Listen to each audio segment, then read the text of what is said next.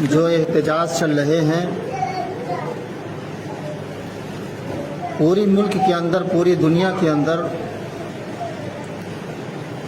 ہمارے نبی جناب محمد رسول اللہ صلی اللہ علیہ وسلم کی شان میں ایک عورت جس کا نام نکوب شرما ہے، پورا سوشل میڈیا پر پوری دنیا کے اندر یہ بات روز روشن کی طرح آیا ہے اور احتجاج بھی چل رہا ہے کہ ہمارے آخر نبی جناب محمد رسول اللہ صلی اللہ علیہ وسلم کی شان میں اس نے گستاخی کی ہے۔ بڑے ہی تردید ہے، بڑے ہی افسوس کی بات ہے، اور جس قوم کے اندر، جس زمانے میں بھی نبی کریم جناب محمد رسول اللہ صلی اللہ علیہ وسلم کی شان میں گستاخی کی گئی، اس کے لیے توبہ نہیں ہے، اس کے لیے معافی نہیں ہے۔ اگر اسلامی ملک ہے، اسلامی قانون ہے، تو شریعت اسلامیہ میں اس کی سزا سزائے موت ہے۔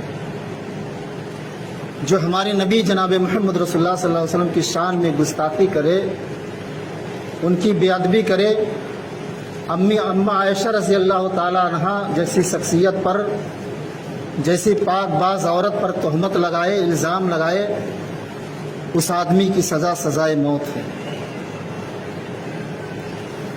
آج پوری دنیا میں، پورے ملک کے اندر، ہمارے پڑوسی ملک یعنی گلف کنٹری، جتنے سارے ملک ہیں مسلم ممالک، سب اس ملک کو بائیکاٹ کرتے ہیں۔ نبی کریم جناب محمد رسول اللہ صلی اللہ علیہ وسلم کے زمانے میں بھی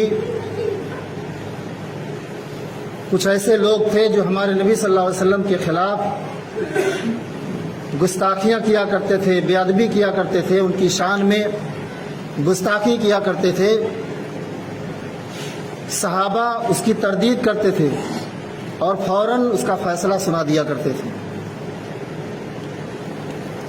ایسے ہی ایک واقعہ نبی کریم صلی اللہ علیہ وسلم کے زمانے میں جنگ بدر کے موقع پر دو چھوٹے چھوٹے بچے تلوار لے کر کے میدان جنگ میں نکل جاتے ہیں۔